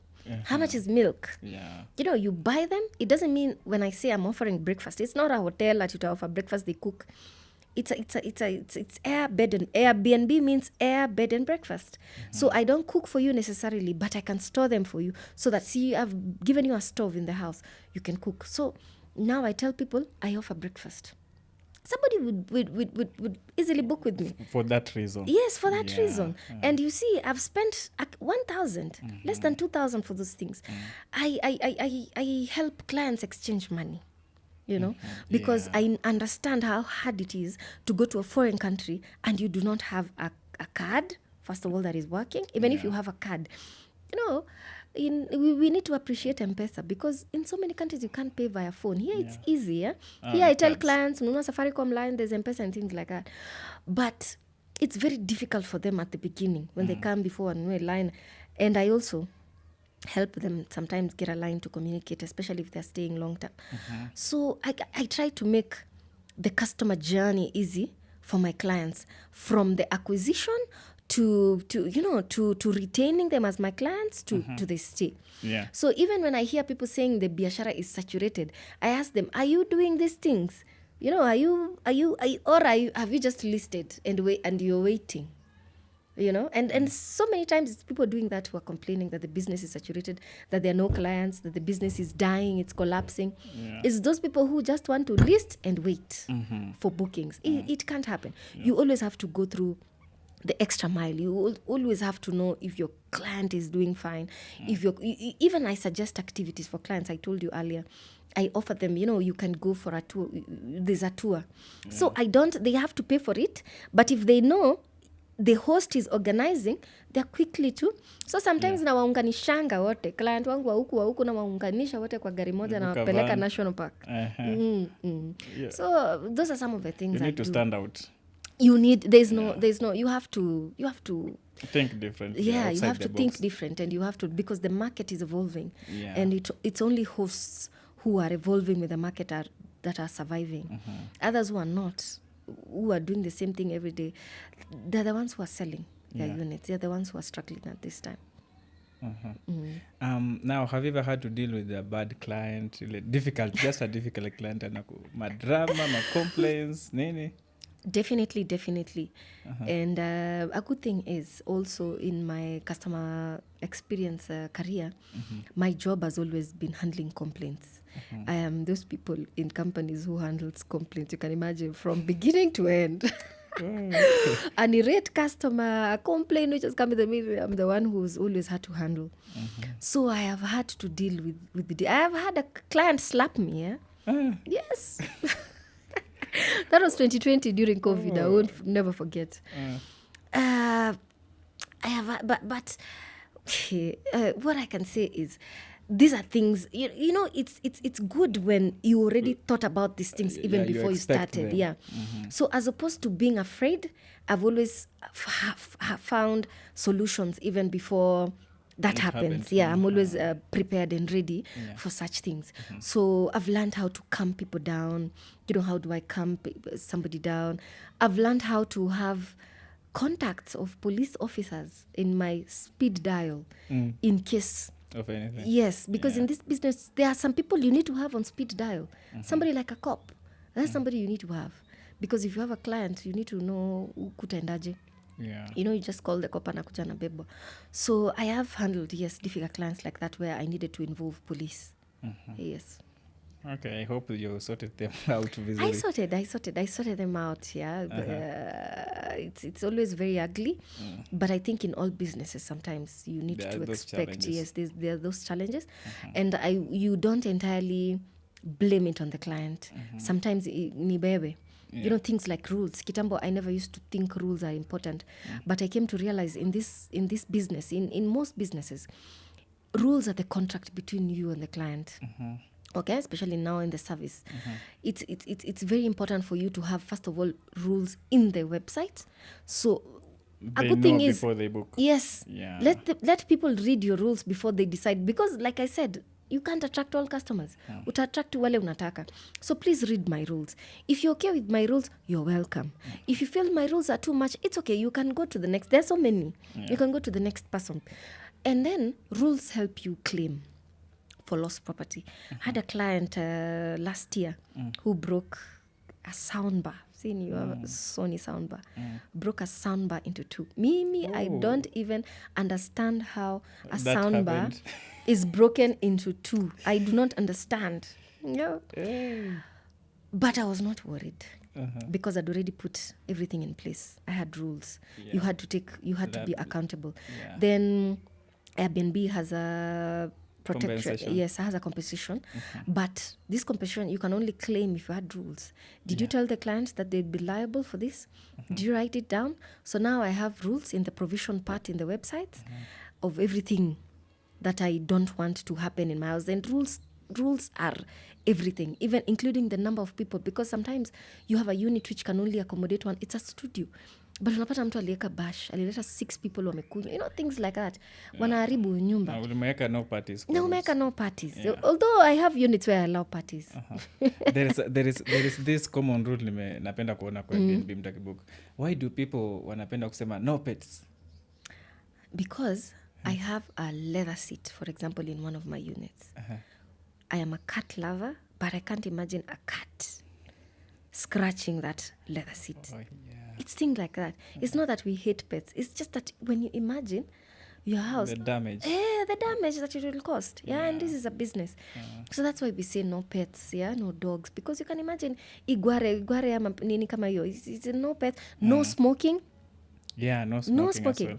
well. There's some units where I allow smoking, but at the balcony. Units that have a balcony, I allow smoking, but you have to do it at the balcony. Because you can do that, uchome kitu, ama ata harufu Will not affect inside. the Yeah. others. But a unit which doesn't have a balcony, it's strictly no smoking. Yeah. Alafu tena watu wengi, huwezi pia kuleta watu wengi, utaharibu nyumba. So these are the rules which help you claim. Also, I've taken a domestic insurance for my properties, for my equipment. Oh, there are companies that offer that. Yes. So many insurance companies have a domestic package, so where you can just insure, even you can insure your house. You know that, yeah? You can just, in case zikwe damaged, ama zibiwe, you can do that. So now I've insured. So when that happened, when my soundbar was destroyed, I was not worried. I knew I would be compensated. I was compensated with the Airbnb. I was also compensated with my insurance. Oh, perfect. Yes. And I hope that insurance is too expensive sana for maybe someone who wants to get started. Domestic covers. The covers are one of the. You'll tell me. I have contacts of people who can compare for you different insurance and the domestic covers. They're actually quite affordable. You know, the problem with Kenyans is we already have this assumption: insurance is a lie. Insurance what? They don't compensate. Waste of money. Yeah, it's a waste of money. But Actually, nimeona most of actually hata wakati unachukua insurance ya gari, mtu anasema go for that party. That party ile that cannot even cover the car. Sasa unaona because that party is 5,000, 6,000 per year. Yeah. You look at the cost as opposed to look at you look at what is. I've had because I've worked also in life insurance, life covers, and it's a very sensitive field because this is somebody who's saved for 15 years. This is somebody who's covered their own life in case they die. And yes, I have seen people complaining that I saved for 15 years and this is what I got. People forget that in all those 15 years you were actually covered. Yeah. Because insurance is a business of risk. What if you something had happened to you before you paid for 15 years? What if you've only saved for 3 years and you not even death? Death is the worst. What if you had an accident and now you are declared redundant? You can't work anymore. You are disabled. Yeah. This cover will pay you that whatever sum assured you were supposed to pay, even without your contributions for all those years.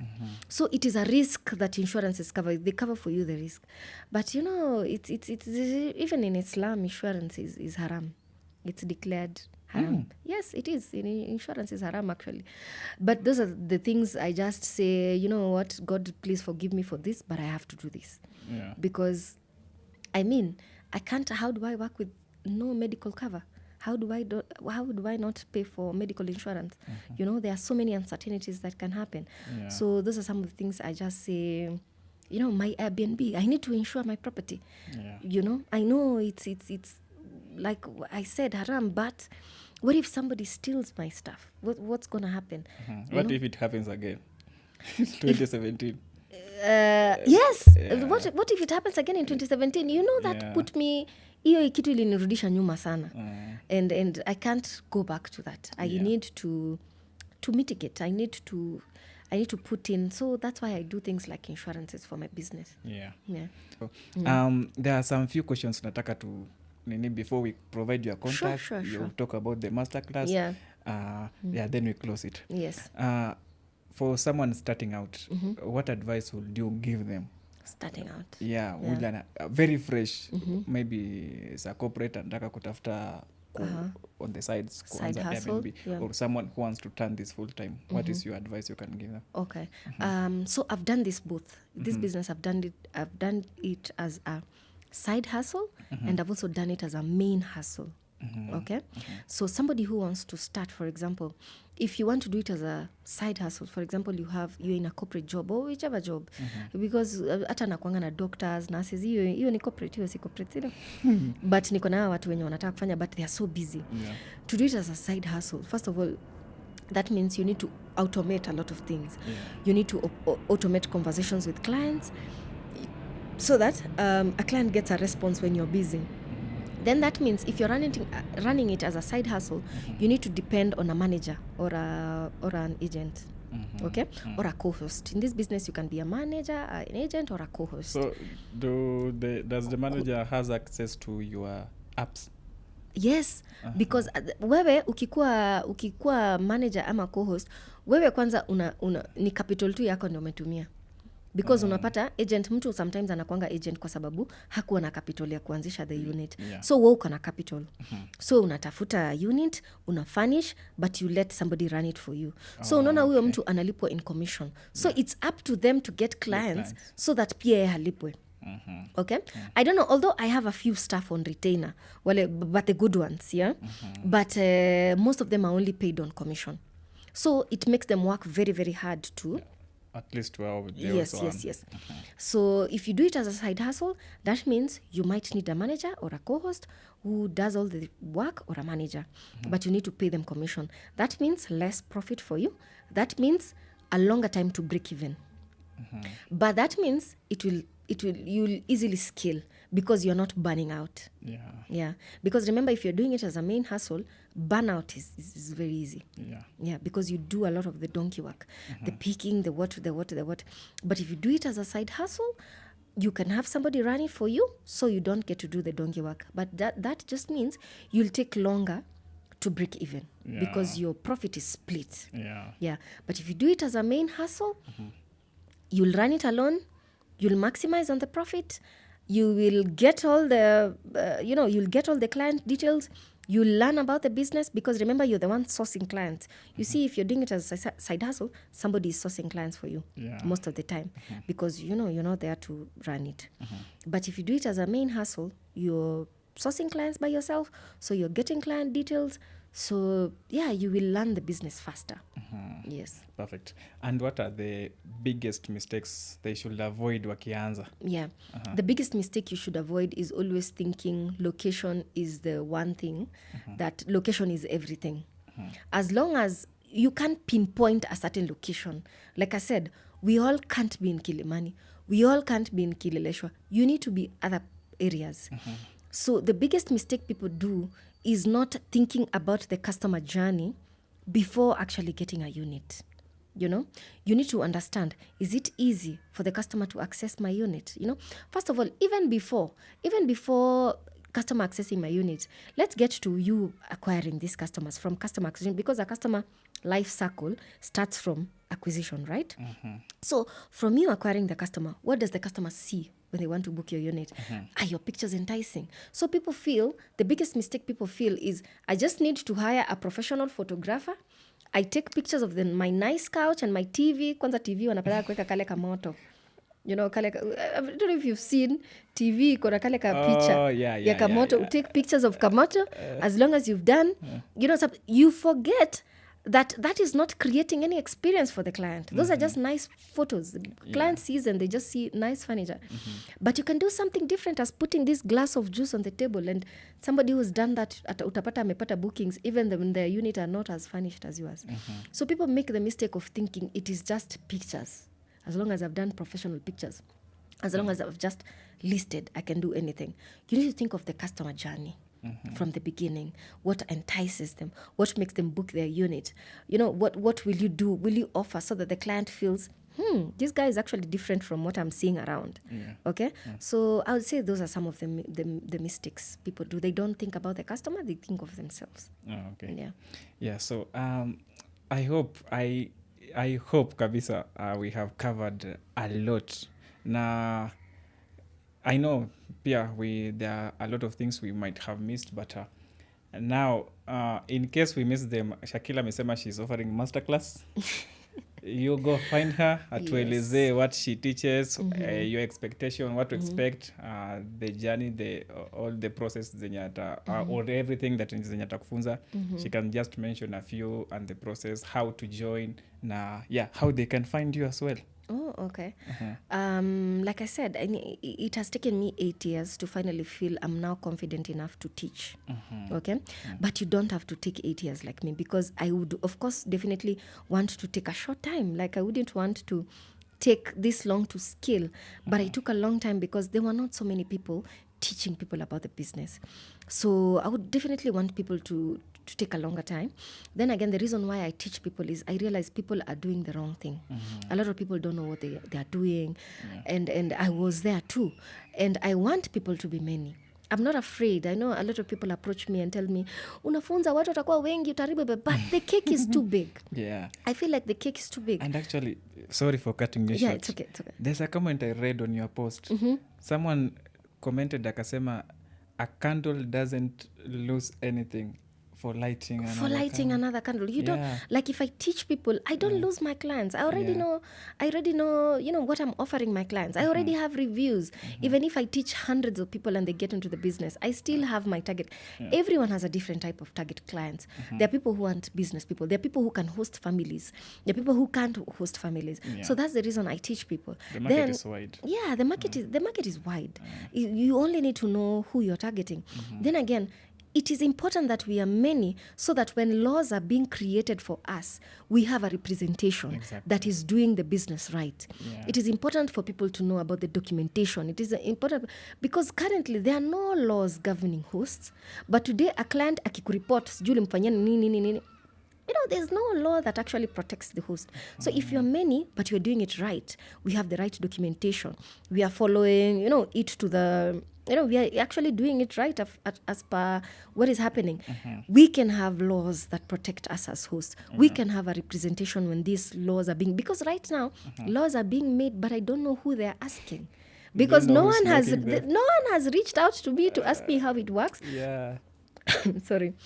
So I wonder, those policymakers, why are they getting these laws from if they're not asking the people who are... CBC. Who did you ask? Anyway, that's a topic for another day. SIPs Actually, there was a guest. Okay, atakuja wa CBC. Yeah. So unaona sasa nikifunza watu, when these laws are being made, we can actually have a representation. How do you charge me city tax 30% when that is not money I can make on low season? They need to understand you can't charge us this when this is not what we are making. Yeah. You get, for example, right now, if for the rental income, if you're not earning, if you're earning 288,000, like I said, according to the law, you need to file. You need to file those. Yeah. What if I earn this time, but next month I don't earn? What's going to happen? Because this business is seasonal. So that's why I teach people, because I want people to first of all have a network that understands, a network that does this right, because I have shared my surplus clients severally in those WhatsApp groups. I have shared my surplus clients on TikTok, and my clients get up being disappointed. They end up being disappointed because my clients are used to a certain standard that I give them. But the moment I give them to somebody else, my clients get disappointed. So if I teach people and we are on the same page, the next time I am sure I am referring. Yes, I'm referring to a client. I'm referring my client to somebody where the standards are very high. And next time, it is me sharing a surplus client. Next time, ni wewe utakuwa unanisharia. I just told you about June. June, I got clients. So it could be the other way. And that's why I teach people. So normally, I teach people on TikTok. Yeah, because I realized, now it's very easy to share on TikTok. So you can find me on TikTok. I go by the name Shakila Mohammed. Even when you search Airbnb business in TikTok, you'll just find me. Exactly. Because I share a lot. But I also do regular masterclasses because I understand a lot of people cannot afford the full consultation. Because I also have full consultation one-on-one. Because sometimes I'm required to meet somebody. The listing is the one which is very exhaustive. So sometimes it requires a physical meetup. So I also do that. Them. Yeah, I guide them. I also help people co-host because I have clients who are in diaspora. People who want to invest home. They're in diaspora, but they want to invest home. So now they need somebody awasaidie kutafuta nyumba, awasaidie kutafuta agent. I also do that. But now I have masterclasses that only cost 1,500. But the only reason I do that because I share this information on TikTok for free. But then if I want to have a particular, because now I have so many inquiries on my DM, and sometimes I'm not able to answer all of them, especially high season. By the way, muulize maswali sai because high season is coming. I won't be available. I'm even glad I'm doing this now because Nimekupata right time. Yeah, I'm disappearing very soon. Yeah. But yeah, now I have a masterclass where people can come, we talk, I answer questions. Mostly it's for new hosts, people who want to start the business, they don't know where to start. But even new hosts, the ones who've had the unit, for 6 months, but they're not getting bookings and they need to know what they've done wrong. Yeah, because most of the time, I just look at the listing and I already pick a few things where you need to change. You change them, and I've had great reviews. So my masterclass is on Wednesday, 12th of November at 8:30, and it's 1,500. And to register, there's a link on my bio on TikTok where you can find me, or I give the number. Yeah, you can. Yes, my business. Opportunity. Yes. 0724 435 598 43 55 98. You send a WhatsApp message. Then I'll be able to book you for the session. Okay, perfect. Yes. Anything else you would want to add before tumalizie sasa? Before tumalizie, stop discouraging people. Stop discouraging people simply because a business is not working for you doesn't mean it won't work for somebody else. Because I see a lot of people discouraging people, my client did this business is so hard. Yeah, yes, it's hard, but maybe you could be the one who is not doing it right. Okay, so just let people do their best. Wewe haukufanya consultation, hukunipata, hukusikiza my videos, maybe mtu mwingine amesikiza my videos, amechanuka on a few things here and there, so in any business, don't discourage people. You can tell people of the pros and cons of a business without really telling them this business is horrible, this business is bad, clients will destroy your house, there's that. And then there's also this business is like this and like this and like this, so that you let people make decisions on how to run it. I think that's it. But pia ni kujituma. If you want to get into the business, it is not passive income. You need to be able to kujituma, and you need to, it's a business where lazima upende watu. You need to enjoy talking to people. Enjoy to learn different cultures, because you will learn so many, because you will get to interact with Chinese, with people from Asia. It's amazing. So you need to be like that for you to do well in the business. Najua tulikuwa tunafunga, lakini umemention Chinese, nikakumbuka this language barrier. Ukipata Chinese, how do you deal with that? Wacha nikwambie, siku hizi kuna AI, siku hizi mambo ni rahisi. It's not like before. Siku hizi kuna translation, wana kutranslatea, and I realize actually, unaona why I don't talk about location is because there are areas where you never even think this business will work. Lakini niambie pale kama Athi River, Chinese wanapenda Athi River. They are the ones booking Airbnb in Athi River. Constructions and things like that. So you see them, they have that target market.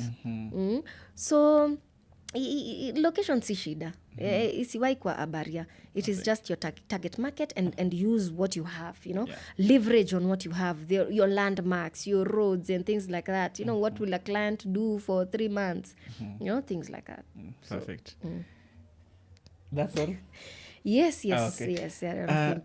If this is not the best Airbnb podcast guest, then you need to show us ni podcast gani ingine umesikia about Airbnb, someone sharing about Airbnb. Show me, because this is the longest, and I think Shakila, I'm holding no regrets kwa kuinvite kwa hii podcast. Oh, wow. The content you have shared, I believe even that novice yule anataka kuanza from zero, this will be a lot for them.